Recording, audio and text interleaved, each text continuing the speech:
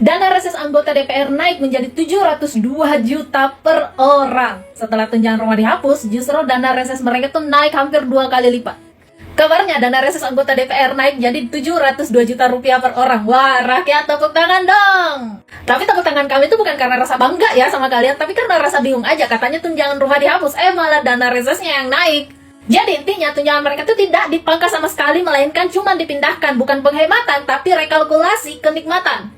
Bagi yang belum tahu nih ya, dana reses itu buat anggota DPR turun ke dapil. Katanya sih buat nyerap aspirasi rakyat. Tapi lucunya yang diserap seringkali itu bukan aspirasi, tapi anggarannya. Coba kalian pikir 702 juta per orang dikali 575 anggota DPR, itu udah tembus 400 miliar rupiah lebih. Dan semuanya itu katanya untuk menemuin rakyat.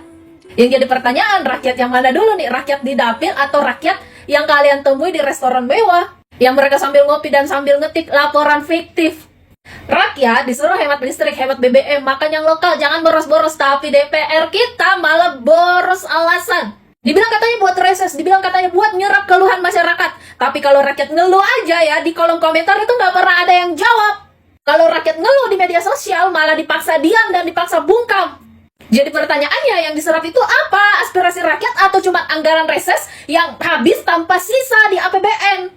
Dan lucunya semua ini dikemas dengan kalimat manis setelah tunjangan rumahnya itu dihapus, oleh DPR itu berkorban, padahal mereka cuma mindahin anggaran dari pos A ke pos B. Dari tunjangan rumah yang dihapus, itu pindah ke reses yang naiknya hampir 2 kali lipat dari anggaran reses sebelumnya. Sama-sama enak, cuman beda nama doang ya. Kayak orang diet ya, yang cuma pindah dari nasi putih, pindah ke nasi uduk. Ya sama aja bos. Kalau benar dana reses itu buat ketemu rakyat, kenapa rakyat itu nggak pernah tahu kapan reses itu berlangsung? Kenapa rakyat nggak pernah diajak ngumpul, nggak pernah ditanya langsung? Kenapa laporan hasil reses itu jarang banget dipublikasikan secara terbuka?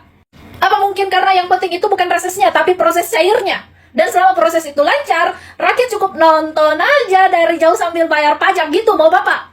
Rakyat disuruh sabar, katanya APBN terbatas, disuruh maklum kalau bantuan dipotong, subsidi dikurangi, tapi giliran DPR, dana resesnya tuh naik sampai ratusan juta. Lucu ya, di negeri ini ya, wakil hidupnya tuh lebih mewah dari orang yang diwakilkan. Wakil rakyat naik kelas, rakyatnya masih naik angkot. Yang anggota DPR itu dapatnya miliaran, sedangkan rakyatnya itu cuma dapat kata-kata sabar ya, nanti kita perjuangkan. Padahal kata perjuangan itu ya, bagi mereka itu cuma sampai di meja rapat, bukan sampai ke perut rakyat. Dan lebih lucunya lagi, dana reses itu dinaikkan setelah masyarakat Indonesia itu menghadapi namanya efisiensi. Kenapa duitnya nggak dibalikin aja ke rakyat? Kenapa nggak diperbaikin aja sekolah, jembatan ambruk, rumah rakyat yang bocor? Di atas kertas, reses itu mulia menyerap aspirasi masyarakat, tapi di lapangan, yang sering diserap itu bukan aspirasi, melainkan anggaran akomodasi dan fasilitas. Yang kesedot itu bukan suara rakyat, tapi duit rakyat lagi yang kesedot. Dan lebih sedihnya lagi, tiap kali kita mendengar berita kayak gini, rakyat yang ada di kolong jembatan, yang tidur di jalan, cuman bisa ngelus dada. Ini apa? Kalau dana reses terus naik tapi kualitas resesnya tetap nihil, itu bukan nyerap aspirasi rakyat, tapi nyedot kepercayaan rakyat. Jadi buat para wakil rakyat yang lagi reses ini, tolonglah sekali aja resesnya tuh beneran ke rakyat, bukan ke rekening pribadi. Karena kalau yang diserap itu bukan aspirasi, ya jangan salahin rakyat. Kalau pas di bilik suara, mereka nggak dipercaya lagi sama Anda.